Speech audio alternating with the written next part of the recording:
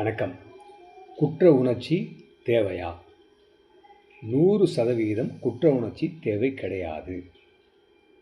ரமண மகரிஷி ஒரு தடவை இந்த வாக்கியத்தை கொடுக்குறாரு. என்ன சொல்கிறாருன்னா, நீங்கள் கொலையே பண்ணியிருந்தா கூட நீங்கள் மனம் வருந்துவதில் எந்த பிரயோஜனமும் கிடையாது.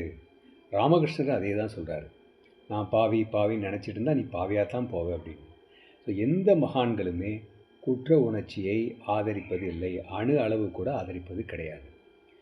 அதே மாதிரி எந்த மகான்களுடைய வாழ்க்கையில் எடுத்துக்கிட்டால் கூட தப்பு தவறு நடந்துக்கிட்டே தான் இருக்கும். குற்றத்தை 2 பிரிவில் கொண்டு வந்துடலாம். அந்த காலத்திலே பாடியிருக்காங்க, தப்பு என்பது தெரிந்து செய்வது, தவறு என்பது தெரியாமல் தவறி செய்வது, இல்லையா?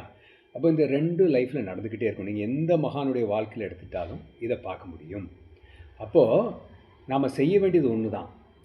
தவறி செஞ்சிட்டோம் அப்படின்னா அதுக்கு ஒரு சம்மந்தப்பட்டவங்களுக்கு கண்டிப்பாக ஒரு மன்னிப்பு அப்படிங்கிறத ஃபார்முலா நம்ம தெரிவிக்க வேண்டியது உண்டு. அது தெரிந்து கொள்ள வேண்டும்.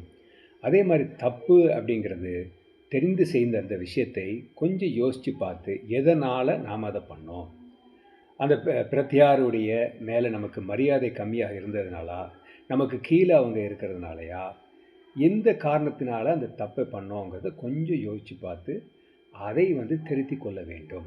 இந்த 2 தான் ஆப்ஷனு. இந்த 2க்கும் ஒரு தூண்டுதலாக ஒரு ஸ்பார்க் மாதிரி அச்சச்சோ அப்படிங்கிற மாதிரி குற்ற வந்தால் தவறு இல்லை. ஆனால் அதுவே நமக்கு தொடர்ந்து அதிலேயே நம்ம எக்காரணம் கொண்டும் வாழக்கூடாது. நன்றி.